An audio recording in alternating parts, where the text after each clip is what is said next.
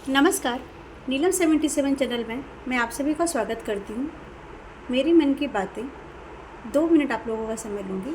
और एक चीज़ है जो मैं पढ़ी, एक कोट है, वो कितना सच है और हमें अपनी ज़िंदगी में किस तरह से उसको लागू करना चाहिए, इम्प्लीमेंट करना चाहिए, ज़रूर सीख लेना चाहिए।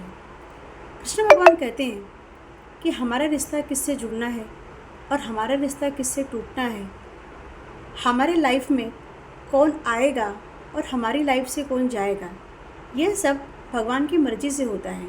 और यह भगवान ने सब बना के रखा हुआ। अगर ऐसा है कि हम कौन से रिश्ते में रहेंगे और हम कौन से रिश्ते में से निकलेंगे, अगर भगवान की मर्ज़ी है उस रिश्ते को बनाए रखना या उस रिश्ते से निकाल देना, तो हम कौन होते हैं उस रिश्ते को ज़बरदस्ती जोड़े रखना या तोड़ने की कोशिश करना।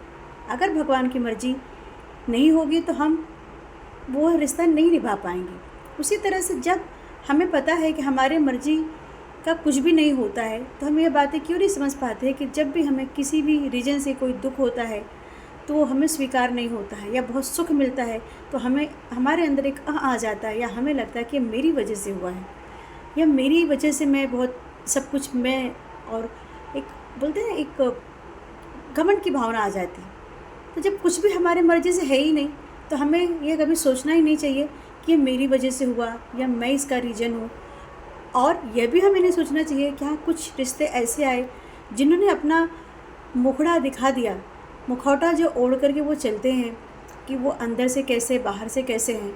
अगर आपको भगवान ये मौका दे रहा है और आपको पता चल रहा है, तो यह हमारे लिए बहुत ही अच्छी बात है। और भगवान को हमें दिल से धन्यवाद देना चाहिए कि हे भगवान, आपने बिना कुछ सोचे समझे एक क्षण के अंदर उस इंसान के द्वारा जो भी उसका रिएक्शन रहा होगा या जो भी उसका बर्ताव रहा होगा, उसकी वजह से हमें पता चल जाता है कि हाँ, हमारे लिए रिश्ता थोपा जा रहा है या हम उसके ऊपर थोपे जा रहे हैं। एटलीस्ट ये पता तो चल पाता है। लेकिन आप इतने अच्छे हो भगवान कि आपकी वजह से बिना कुछ किए सारे रिश्ते खुद ही तार तार हो जाते और पता चल पाता है कौन अपना है कौन पराया है। इसलिए जिसे हमारी ज़िंदगी में रहना होगा वो रहेगा, और जिसे हमारी ज़िंदगी से जाना होगा वो चला जाएगा। तो जब कृष्ण भगवान ये सब पहले से ही निश्चित कर रखे हैं, तो हमें कभी ज़बरदस्ती किसी रिश्ते को बांध के नहीं रखना चाहिए। वो चाहे जो भी रिश्ता हो, चाहे वो बच्चे का रिश्ता हो, पड़ोसी का रिश्ता हो, भाई बहन का रिश्ता हो, पति पत्नी का रिश्ता हो।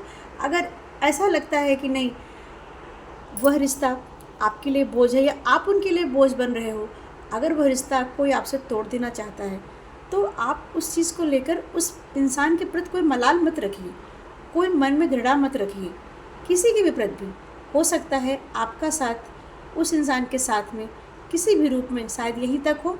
और अगर जो रिश्ता टूटा है तो इसका मतलब है भगवान कहीं न कहीं आपको कुछ और अच्छा, कुछ और अच्छे मार्ग पे ले जाना चाहते होंगे, किसी और मार्ग पे ले जाना चाहते होंगे। शायद आपके लिए कुछ और भी अच्छा करना चाहते हो, कोई और ऐसा रिश्ता लाना चाहते होंगे आपकी लाइफ में जिससे आपको मालूम नहीं पड़ा होगा कि ये क्यों आया मेरी ज़िंदगी में या क्यों हुआ मेरे साथ ये घटना।